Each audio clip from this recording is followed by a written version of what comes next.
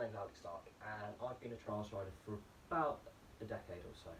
And in that time I've had loads of free hubs, loads of free wheels, some of them terrible, some of them great, but I just want to talk to you about a couple that I've got now. So the first one is the Industry 9 Hydra Hub, 690 points of engagement, and the other one is the classic Chris King, 72 points of engagement.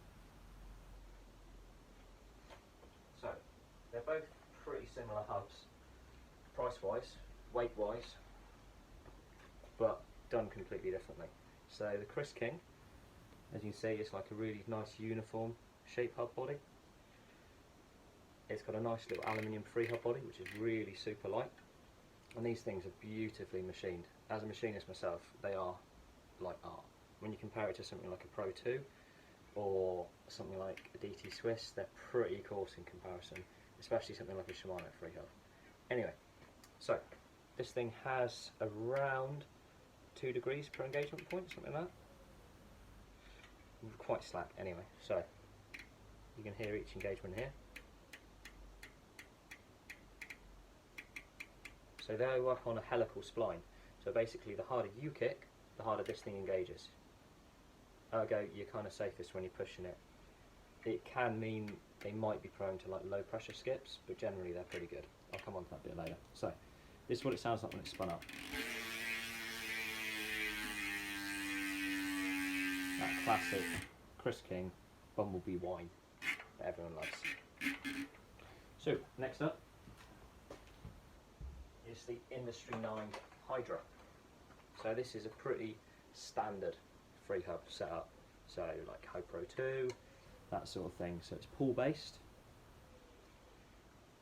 and it's got a similar kind of Hope-ish shaped body in that it's got like a little bulge here for ratchet ring tapering back up to give you some strength for the disc hub. Now they're slightly heavier I think than the Kings, but it doesn't really matter massively. It's got the same kind of nice machined aluminium free hub body, and to be honest, the machining on the body, although it doesn't look quite as like smooth and organic, is really beautifully done. The laser etching is perfect, the anodizing still looks perfect, it's just really nicely made as well. So I've got the 135B12 through axle option for my Krugers, but they do loads of different options. You can get them probably in quick release, boost, and all the other random mountain bike hub setups. I got mine with a disc mount for no reason, and it just makes sense if I ever need to get rid of it, or I want to put it on something else that has a disc. So this is the free hub body. Now they're pretty simple. You pull the end cap off like so, so I can demonstrate on this side. And once that happens, you expose the axle with a bearing there. Now this one's really well sealed with a little lip here and an O-ring inside that seals against the axle. Now the actual free hub body just literally pulls off, so disassembly is super easy with these. So you literally just pull it off, being super careful not to drop everything on the floor like you normally do. So there is the free hub body pretty much out. So if I pull that out, like so, you've got the exposed axle there, and in there you probably can't see, but I'll put some pictures up later. I angled it, yeah, you see this over there. So there's a super fine tooth ratchet ring. Like in person, it's ridiculous. So many teeth.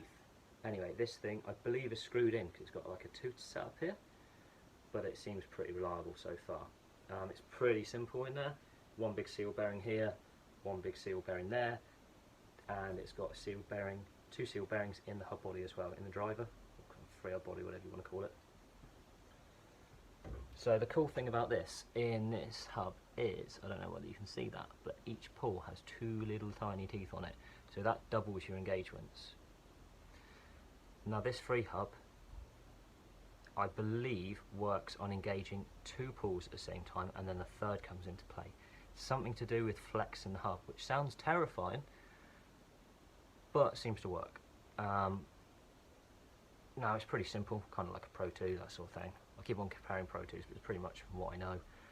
Little tiny leaf spring, so nice and easy to stretch. And they just push these little pulls out and make sure they keep contact with the ratchet ring. Now all I did with this hub is I pulled it apart from new, took the grease out, put some Tri-Flow in, sorry, the Chris King recommended lube, and that's it. And then stuck it back in. So I've pulled this Chris King apart so you can kind of see what's inside. So in there you've got like a fine tooth ring that the drive ring sits on. You've got the 3 hub body with its fancy helical spine here. You've got the 2 drive and driven rings.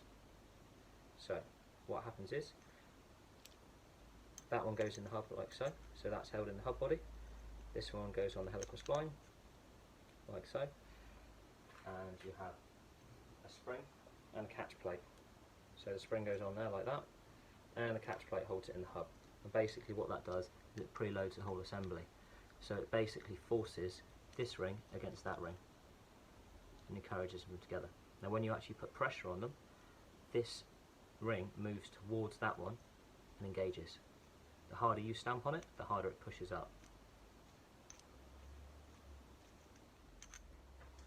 Right, so longevity wise, honestly, the Industry 9 has been amazing.